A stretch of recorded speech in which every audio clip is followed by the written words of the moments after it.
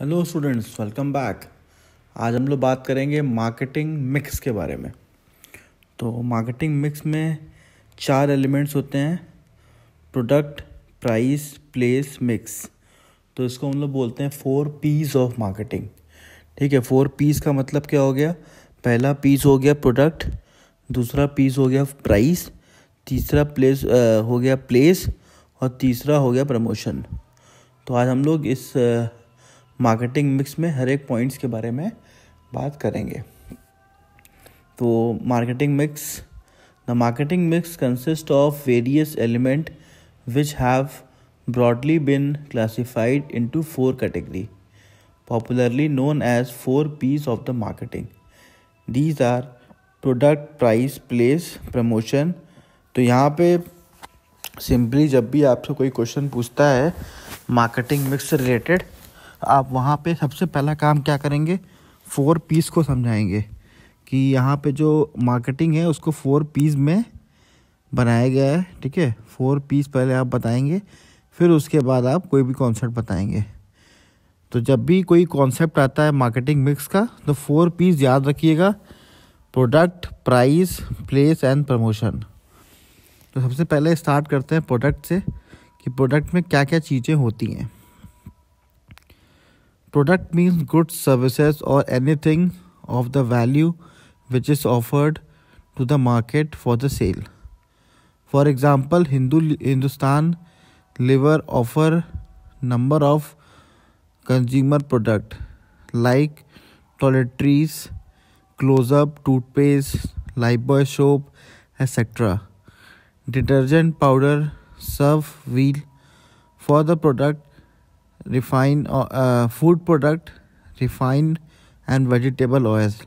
Tata Sons, Tata Steels, trucks, salt and large number of product. LG Electronics offer television, refrigerator, color monitor or for printer, etc. Amul offer a number of food product: Amul milk, ghee, butter, cheese. The concept of product relates not only the physical product as mentioned in the above example, but also the benefit offered by it from the consumer view. From the view, for example, toothpaste is brought for whitening the teeth, strengthening the gum, etc. The concept of product also includes the extended product or what is offered to the consumer by the way of after sales service, handling complaints, availability of spare part, etc. These aspects are very important, particularly in the marketing of the consumer durable product like automobiles, refrigerators, etc. The important product decision includes the decision about the features, quality, packaging, labelling and branding of the product. तो देखिए, यहाँ तक हमने पूरा पढ़ लिया। तो product क्या होता है ये आप समझ गए कि यहाँ पे जो भी कंपनी कोई प्रोडक्ट ऑफ़र कर रही है तो उसको हम लोग प्रोडक्ट कहते हैं। ठीक है, और प्रोडक्ट तो आता ही है, साथ ही साथ सर्विसेज भी आती है। जैसे एग्जांपल, आपने कोई कंपनी से परचेज़ किया कोई टूर पैकेज, तो जो आप टूर पैकेज ख़रीद रहे हो वो एक तरीके का सर्विस है, तो वो भी एज अ प्रोडक्ट वो आपको ऑफ़र कर रही है वो कंपनी। ठीक है, तो ये कॉन्सेप्ट क्लियर होगा कि प्रोडक्ट होता क्या है। हम लोग ने बहुत सारे एग्जांपल्स पढ़े, जैसे हिंदुस्तान यूनिलीवर के एग्जांपल पढ़े कि हिंदुस्तान यूनिलीवर हमें कितने प्रोडक्ट्स ऑफ़र करता है। टाटा के एग्जांपल पढ़िए, ये LG के एग्जांपल पढ़े कि LG भी बहुत सारे प्रोडक्ट्स हमें ऑफ़र करता है, अमूल भी हमें बहुत सारे प्रोडक्ट ऑफ़र करता है। तो एक चीज़ तो क्लियर हो गया कि जो कंपनीज़ हैं हमें बहुत सारे अलग अलग प्रोडक्ट्स ऑफ़र करती हैं। लेकिन यहाँ जो मेन पॉइंट यहाँ पे बताया गया है, ये क्या बताया गया है कि प्रोडक्ट जो होता है, कंज्यूमर जब कोई प्रोडक्ट ख़रीदता है तो उसका मेन कोई ऑब्जेक्टिव होता है उस प्रोडक्ट को लेके, और अगर वो ऑब्जेक्टिव पूरा नहीं हुआ तो आप समझ लीजिए आपका प्रोडक्ट बेकार है। ठीक है, तो ऑब्जेक्टिव पूरा होना चाहिए जो उस प्रोडक्ट को ले रहा है। तो ऑब्जेक्टिव कैसे पूरा होगा? जब आपके प्रोडक्ट में क्वालिटी रहेगी। पहले तो प्राइस देख के कंज्यूमर खरीदेगा कि प्राइस सही रहे, तो प्राइस तो मान लीजिए आपने उसको मेंटेन कर लिया, लेकिन उसके बाद क्वालिटी बड़ा इंपॉर्टेंट है। हम लोग ने यहाँ पे जितने भी प्रोडक्ट के एग्जांपल्स लिए, ये सब प्राइस और क्वालिटी दोनों में ही एक इमेज बना के रखे हैं मार्केट में। आप अमूल का प्रोडक्ट देख लो, प्राइस भी उनका सही होता है और क्वालिटी तो बेस्ट होता ही है।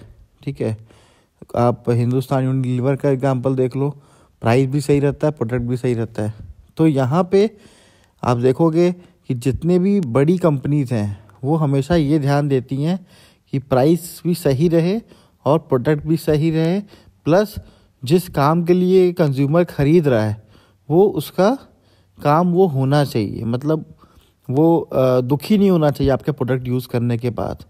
ठीक है, तो इस तरीके से आपको प्रोडक्ट बनाना होता है। तो पहला तो ये आप समझ गए। उसके बाद यहाँ पे मेन समझाया क्या जा रहा है, the important product decision includes deciding about the features, quality, packaging, labelling and branding of the product. तो यहाँ बता रहा है कि जब आप कोई प्रोडक्ट बनाते हो तो उसमें आपको सही डिसीजन लेना पड़ता है। किसके रिगार्डिंग? कि आपके प्रोडक्ट की क्या पैकेजिंग होगी, क्या क्वालिटी होगी, क्या फीचर्स होगी, कैसी लेबलिंग करेंगे, कैसी ब्रांडिंग करेंगे। तो ये सारी चीज़ें, प्रोडक्ट से रिलेटेड चीज़ें आप इस प्रोडक्ट इसमें आप पढ़ते हो। ठीक है, तो अगर एग्ज़ाम में आता है तो आप प्रोडक्ट में ये सारा कुछ, ये जो लास्ट पॉइंट लिखा हुआ है, ऊपर के एग्जांपल्स तो सही है, बहुत सारे एग्जांपल्स दिए हुए हैं, ये जो लास्ट के आपके 4 लाइन लिखे हुए हैं ये आपको यहाँ पे समझाना है कि प्रोडक्ट में जो हम लोग पढ़ते हैं, तो यहाँ पे जैसे क्वेश्चन आता है मार्केटिंग मिक्स, तो मार्केटिंग मिक्स में आप जब प्रोडक्ट समझाओगे तो प्रोडक्ट पे आपका पूरा फोकस यही रहेगा। ये जो लास्ट के 4 लाइन है कि यहाँ पे प्रोडक्ट के बारे में हम डिसीजन लेते हैं कि प्रोडक्ट की क्वालिटी कैसी हो, क्या क्वांटिटी हम देंगे, क्या फीचर्स देंगे, कैसी पैकेजिंग देंगे, कैसा लेबलिंग देंगे और क्या ब्रांड नेम देंगे। ठीक है, उसके बाद आप इसमें से कोई भी एग्जांपल एक दे सकते हो। आई होप आप क्लियर है कि प्रोडक्ट में क्या बताना है। ठीक है, तो प्रोडक्ट तो आता ही है, साथ साथ सर्विस भी आता है जो कंपनी ऑफर करती है। और यहाँ पे आपको ये सारा कुछ डिसाइड करना पड़ता है कि कितने प्राइस में, कितने क्वांटिटी में, कितना क्या क्वालिटी रहेगा और क्या एक कंज्यूमर को ऑफ़र किया जाएगा। तो प्रोडक्ट के सारे एस्पेक्ट्स जो होते हैं वो आप डिसाइड करते हैं प्रोडक्ट में। ठीक है, अब आते हैं नेक्स्ट प्राइस में। Price is the amount of the money consumer have to pay to obtain the product. In case of the most of the product, level of price affect the level of their demand. The marketers have not only to decide about the objective or price setting, but to analyze the factor determined the price and fix a price for the firm. Products decision have to also be taken in respect of discount to customers, trade and credit terms, so that the consumer perceive the price so to be in a line which the value of the product. अब देखिए, price एक बहुत ही important factor होता है कि जब आपके product को कंज्यूमर चूज़ करता है ख़रीदने के लिए, तो प्राइस तो आपको बहुत ही ज़्यादा रिसर्च करने के बाद ही प्राइस प्रोडक्ट का रखना चाहिए। ये तो बहुत ही इम्पॉर्टेंट है। ठीक है, उसके बाद एक चीज़ इसमें यह भी बता रहा है कि अगर आप जो भी प्राइस रखिए वो अपने कंपटीटर के आसपास रखिए। ठीक है, और कोशिश करिए कम ही रखिए। तो एक बार तो आपका जो कंपटीटर है, एक बार जो कंज्यूमर है वो आपके प्रोडक्ट को ख़रीद तो ले, उसके बाद हो सकता है आपकी क्वालिटी अच्छी हो तो थोड़ा हायर प्राइस भी रहेगा, तब भी कंज्यूमर ख़रीद लेगा। ठीक है। तो एक बार तो आपको प्राइस कम करनी पड़ेगी ही, ताकि वो चीज़ कंज्यूमर को अट्रैक्ट करे और कंज्यूमर एक बार ख़रीदे, और बाद में अगर वो अच्छा निकल गया प्रोडक्ट तब तो वो बारी बार ख़रीदेगा। तो यहाँ पे प्राइसिंग में होता क्या है, हम लोग प्राइस से रिलेटेड डिसीज़न लेते हैं, ठीक है, कि हमारे जो प्राइजेज़ हैं वो कितने सही रहें और हमारे फर्म के जो प्रोडक्ट्स हैं उसको हम सही प्राइस पे लॉन्च कर सकें, ताकि ईज़िली वो सेल हो सके। अब जैसे ड्यूरेबल प्रोडक्ट्स है, फ्रिज है, वॉशिंग मशीन है, तो ये सब के साथ प्राइसिंग का तो जो इशू है वो तो है ही, लेकिन साथ ही साथ इसमें क्रेडिट टर्म्स बहुत इंपॉर्टेंट है। क्रेडिट टर्म्स मतलब कि यहाँ पे आप प्रोडक्ट कैसे बेच रहे हो। तो आजकल आप देखोगे ये 0% फाइनेंस आपको स्कीम दिखेगा मार्केट में। बजाज फाइनेंस स्कीम बहुत ज़्यादा पॉपुलर है इन सब चीज़ों में। होम क्रेडिट एक कंपनी है, वो बहुत पॉपुलर है। तो ये लोगों ने किया क्या, प्राइस में तो जो चेंज था वो किए, लेकिन कस्टमर को और इजी करने के लिए इन्होंने क्या किया, लोन फैसिलिटी प्रोवाइड करती। तो लोन फैसिलिटी प्रोवाइड करने का फ़ायदा क्या हुआ, अब कंज्यूमर प्राइस तो देखता है लेकिन उसका बोझ नहीं लेता, ठीक है ना। वो सोचता है चलो धीरे धीरे दे देंगे। सारे अमाउंट को उन्होंने EMI में बांट दिया, प्रोडक्ट पहले आपके घर पे आ गया, प्रोडक्ट यूज़ करते रहिए, EMI भरते रहिए, ठीक है। तो इससे भी लोगों की सेल बढ़ी, ठीक है। तो ये सब टेक्निक्स हैं जो प्राइसिंग में हम यूज़ कर सकते हैं, ठीक है। या तो आप प्राइस कम रखिए, प्राइस ऐसा रखिए कि कंज्यूमर अट्रैक्ट हो, ठीक है। और अगर नहीं आपका प्राइस ज़्यादा है तो सबसे अच्छा है कि क्रेडिट फैसिलिटी आप दीजिए। अगर मान लीजिए क्वालिटी बहुत अच्छी है और प्राइस आप कम नहीं कर पा रहे हैं, तो क्रेडिट फैसिलिटी की वजह से आप ये डिसीज़न अगर ले लेते हैं तो आपका मार्केट ऑटोमेटिक अप हो जाएगा, ठीक है। तो प्राइसिंग में हम लोग प्राइसिंग से रिलेटेड डिसीजन लेते हैं कि कितना सही प्राइस रखा जाए कि कंज्यूमर को हमारा प्राइस अट्रैक्ट करे। तो ये चीज़ आपको लिखना है प्राइसिंग में। अब आते हैं हम लोग प्लेस में। प्लेस क्या है, प्लेस और physical distribution includes activity that make firm product available to the target customer. Important decisions area in the respect include selection of the dealers or intermediaries to search the consumer, providing support by the intermediaries. The intermediaries in turn keep the inventories of the firm product, demonstrate them to the to the potential buyer, negotiate price with the buyer, close sales, and also service the product after the sales.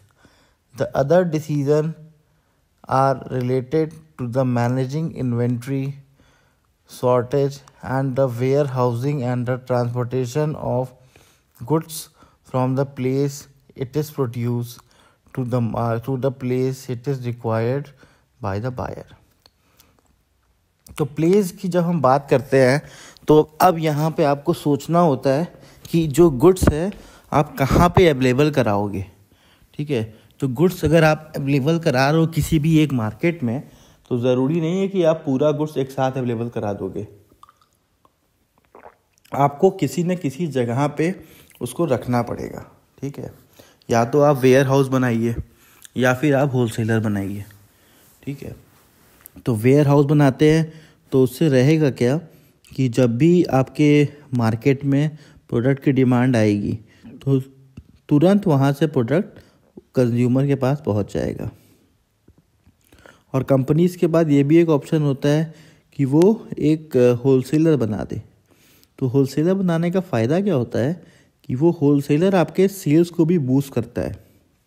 जैसा कि हम लोग ने यहाँ पढ़ा कि अगर कोई होलसेलर है तो वो जो डीलर की बात हम लोग यहाँ पे कर रहे हैं, selection of dealers and the intermediaries to reach the customer, ये जो पॉइंट ये लिखा हुआ है इसका मतलब यही है कि अगर आपने डीलर बना दिया तो उसका फ़ायदा ये होगा कि आपने गुड्स तो उसको दे दिया और उसने पैसे भी इन्वेस्ट कर दिए आपकी कंपनी में। भाई आपने 20 लाख रुपीज़ का गुड्स उसको दे दिया, 20 लाख उसने इन्वेस्ट कर दिया। अब उसकी भी तो लायबिलिटी बन गई ना कि उसको 20 लाख का गुड्स सेल करना है और फिर से मंगाना है। ठीक है, उसको परसेंटेज कमाना है उसमें, तो वो भी अब आपकी कंपनी की तरह वर्क करेगा, आपकी तरह वर्क करेगा। अब वो भी मार्केट में जा के आपके प्रोडक्ट को सेल करेगा, क्योंकि उसका भी फ़ायदा उससे जुड़ गया है। तो आप देखेंगे ज़्यादातर कंपनीज डीलर बनाने को पसंद करती हैं, होलसेलर बनाना पसंद करती हैं। होलसेलर बनाने से कंपनी को एक फाइनेंशियल जो हेल्प तो मिल ही जाती है, एक अच्छा अमाउंट उनको एक बार में मिल जाता है, साथ ही साथ एक डेडिकेटेड बंदा भी मिल जाता है जो मार्केट में बार बार प्रोडक्ट को सेल करता है। ठीक है, तो प्लेस में हम लोग डिसाइड करते हैं कि किस एरिया में हमको गुड्स को बेचना है और उस एरिया में कौन सी स्ट्रैटेजी लगानी है। डीलर्स रखने हैं या फिर वेयर हाउस में गुड्स रखना है और अपने खुद के जो सेल्स ऑफिसर है उनको लगाना है सेल करने के लिए। ठीक है, तो वो प्रोडक्ट के हिसाब से डिसीज़न लिया जाता है, जैसा प्रोडक्ट हो। ठीक है, जैसे ड्यूरेबल प्रोडक्ट्स हो गए, एसी हो गया, टीवी हो गया, फ्रिज हो गया, तो ये सब में कंपनी क्या करती है, कंपनी रिटेल आउटलेट से डायरेक्ट बात कर लेती है, अपने वेयर हाउस में गुड्स को रख लेती है और डायरेक्टली उनका जो डीलर है वो जाके वेयर हाउस में बात कर लेता है। वेयर हाउस वाले में सामान रख दिया पूरा, मान लीजिए 1000 पीस फ्रिज रख दिया, 1000 पीस एसी रख दिया, सारा कुछ रख दिया। अब जो उनका कंपनी का ऑफिसर है वो डायरेक्टली जाके रिटेल दुकानों पे बात करेगा, प्राइस के लिए बात करेगा और वहाँ से वेयर हाउस से डायरेक्टली उनको गुड्स मिल जाएगा। तो ये भी बहुत सारी कंपनी करती है। और जो जितने भी आपके कंज्यूमर प्रोडक्ट्स हो गए, ये सब जो आ गए आपके साबुन, तेल, शैम्पू हो गया, तो इन सब के लिए कंपनी क्या करती है, बनाती है होलसेलर, क्योंकि ये ऐसे प्रोडक्ट्स हैं कि मार्केट में हमेशा इसकी डिमांड बनी रहती है और साथ ही साथ आपको समय पे पहुंचाना भी होता है। अगर आप मार्केट में ये नहीं पहुंचाते हो तो बहुत सारे ऑप्शंस हैं लोगों के पास, लोग तुरंत दूसरे प्रोडक्ट को ख़रीदना शुरू कर देते हैं। तो कंपनी इस कंडीशन में क्या करती है, प्लेस के पॉइंट ऑफ व्यू में यहाँ पे कंपनी डीलर अपॉइंट कर देती है। तो डीलर एकदम रिटेलर के पीछे पड़ा रहता है गुड्स को सेल करने के लिए। तो इस तरीके से प्लेस में हम लोग डिसाइड करते हैं कि कौन से प्लेस में हम जा रहे हैं और वहाँ पे क्या करने की ज़रूरत है, कौन से इंटरमीडियरीज को हमको फॉलो करना है, हम डायरेक्ट बेचना चाहते हैं या फिर हम होलसेलर के चैनल के थ्रू बेचना चाहते हैं। तो ये सारे डिसीजन हम लोग प्राइस में लेते हैं। और मैंने आपको एग्जांपल भी दे दिया कि जो ड्यूरेबल प्रोडक्ट्स होते हैं वो डायरेक्ट बेचे जा सकते हैं और जो हमारे डेली यूज़ के होते हैं, जिसको हम लोग बोलते हैं FMCG, fast moving customer goods, इसमें आपके तेल, शैम्पू ये सब आते हैं, तो इसके लिए कंपनी क्या करती है, होलसेलर अपॉइंट करती है, क्योंकि इनके डिमांड बहुत ज़्यादा होते हैं। अब आते हैं हम लोग प्रमोशन पे। Promotion of the product and the services include the activities that the communication availability features merit etcetera of the product to the target consumer are persuaded them to buy it. Most marketing organization undertakes various promotional activities and spread substantial amount of money on the promotion of their goods through using numbers of tools such as advertising, personal selling, sales promotion techniques. A large number of the decisions are taken in each of the area specific above. For example, in respect of advertising, it is important to decision about the message and the media to be used. Example, print media, newspaper, magazine.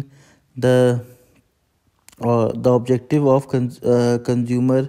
The success of the marketer offers depend upon how well these ingredients are mixed to create superior value for consumer and simultaneously achieve their sales and profit objective. अब देखिए यहाँ पे क्या बता रहा है, हम लोग बात कर रहे हैं प्रमोशन की। तो प्रमोशन कैसे होता है, प्रमोशन करने का तरीका होता है, जैसे कि हम लोग ने पहले ही बात किया है, सबसे इम्पॉर्टेंट तरीका तो होता है एडवर्टाइजिंग। ठीक है, आप एडवर्टाइजिंग में करते क्या हो, अपने प्रोडक्ट के बारे में सारी डिटेल्स अपने कंज्यूमर को बताते हो, क्या इसके बेनिफिट्स हैं, सारा कुछ आप इसमें समझाते हो। तो आपको एडवर्टीज़मेंट करते समय ये ध्यान देना होता है कि कौन सा एडवर्टीज़मेंट आपके प्रोडक्ट के लिए इफ़ेक्टिव होगा। ठीक है। अगर आप प्रोडक्ट कोई ऐसा बना रहे हो जो स्टूडेंट्स के लिए, तो स्टूडेंट्स के लिए अगर कोई प्रोडक्ट है तो बेस्ट जगह कहाँ होगी एडवर्टीज़मेंट की, वो होगी स्कूल, कॉलेजेस, ठीक है। और आप ऐसा प्रोडक्ट बना रहे हो जो यंगस्टर्स के लिए है, तो वो बेस्ट जगह हो गई खाली कॉलेज, ठीक है। तो ऐसे ऐसे प्रोडक्ट्स पे आपके डिपेंड करते हैं कि कैसा प्रोडक्ट आप यूज़ कर रहे हो, कैसा बना रहे हो, और उस हिसाब से आपको डिसीजन लेना पड़ता है एडवर्टीज़मेंट का। तो हमारे पास एक ऑप्शन होती है एडवर्टाइजिंग एजेंसी की, कि अगर आपके पास एक्सपीरियंस नहीं है तो आप कर क्या सकते हो, एडवर्टाइजिंग एजेंसी को हायर कर सकते हो इस प्रमोशन एक्टिविटी के लिए। तो एडवर्टाइजिंग एजेंसी जो होती है वो एक तरीके से स्पेशलाइज एजेंसी होती है। उसको पता होता है किस प्रोडक्ट को किस मार्केट में कैसे एडवर्टीज़मेंट किया जाए। तो उससे फ़ायदा क्या होता है, आपके एडवर्टीज़मेंट के पैसे ख़राब नहीं होते। नहीं तो बहुत सारी कंपनी क्या करती हैं, अपने से एडवर्टीज़मेंट करने के चक्कर में एडवर्टीज़मेंट के पैसे बहुत ख़राब कर देती हैं, ठीक है। और जो अपने बात को वो पहुंचाना चाहती हैं कंज्यूमर तक, वो बात पहुंच नहीं पाती। तो इसीलिए बड़ी कंपनी जो भी होती हैं वो एडवर्टाइजिंग एजेंसी को ऑफ़र करती हैं।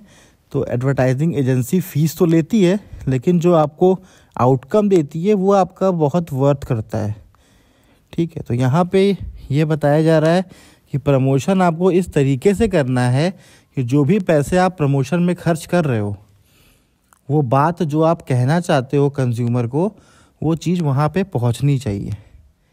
अगर वो बात नहीं पहुँचेगी तब तो फिर ये प्रमोशन का पैसा वेस्ट ही हो जाएगा। अब ये डिपेंड करता है आप प्रिंट मीडिया यूज़ करते हो, न्यूज़पेपर यूज़ करते हो, मैगज़ीन यूज़ करते हो, ठीक है। तो आपका कंज्यूमर किस चीज़ में इंटरेस्टेड है, आप वो समझ के उसमें एडवर्टीज़मेंट दे सकते हो। तो 90% कंपनीज तो क्या करती हैं, अपने से ही एडवर्टीज़मेंट बनाती हैं, अपने से सारा कुछ करती हैं।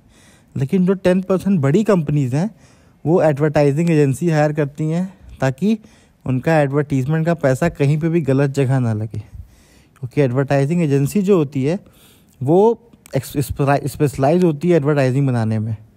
तो उनको पता होता है कब प्रिंट मीडिया में जाना है, कब इलेक्ट्रॉनिक मीडिया में जाना है, कब सोशल मीडिया में जाना है। तो उस हिसाब से वो बजट बना के आपका चलते हैं। तो यहाँ पे अगर आप खुद स्पेशलाइज हो तो कोई दिक्कत नहीं है, आपको कहीं जाने की ज़रूरत नहीं है। आप खुद से डिज़ाइन करो कि कैसे हमें प्रमोशन करना है। तो ये हमारा हो गया यहाँ पे प्रमोशन मिक्स।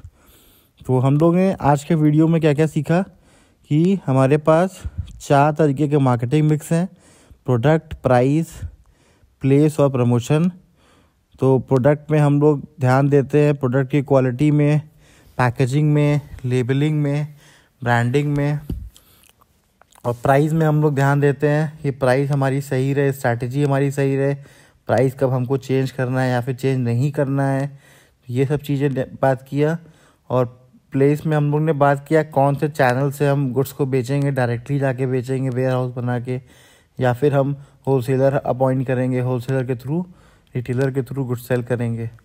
उसके बाद प्रमोशन में हम लोग ने बात किया advertising, personal selling, sales promotion, publicity और पब्लिक रिलेशन, कि किस तरीके से गुड्स को सेल किया जाएगा, ठीक है। तो जो छोटी कंपनियां होती हैं वो पर्सनल सेलिंग करके भी गुड्स को बेच लेती हैं, ठीक है। पर्सनल सेलिंग बहुत इफ़ेक्टिव तरीका होता है क्योंकि आप यहाँ पे उसी को गुड्स सेल करने जाते हो जिसको आप पर्सनली जानते हो। तो यहाँ पे गुड्स सेल होने की जो प्रोबेबिलिटी होती है बड़ी हाई होती है, ठीक है। लेकिन अगर आपको बड़े लेवल पे जाना है तब तो फिर आपको एडवर्टीज़मेंट करना ही पड़ेगा, ठीक है। तो ये सारे पॉइंट्स मुझे लग रहा है क्लियर हो गए आपको। अगर कोई प्रॉब्लम है तो आप कमेंट में लिख सकते हैं, फिर हम लोग आपको कमेंट में रिप्लाई कर देंगे या फिर एक अलग वीडियोस बना देंगे। Thank you students for watching, और प्लीज़ हमारे चैनल को सब्सक्राइब करना मत भूलिएगा। Thank you.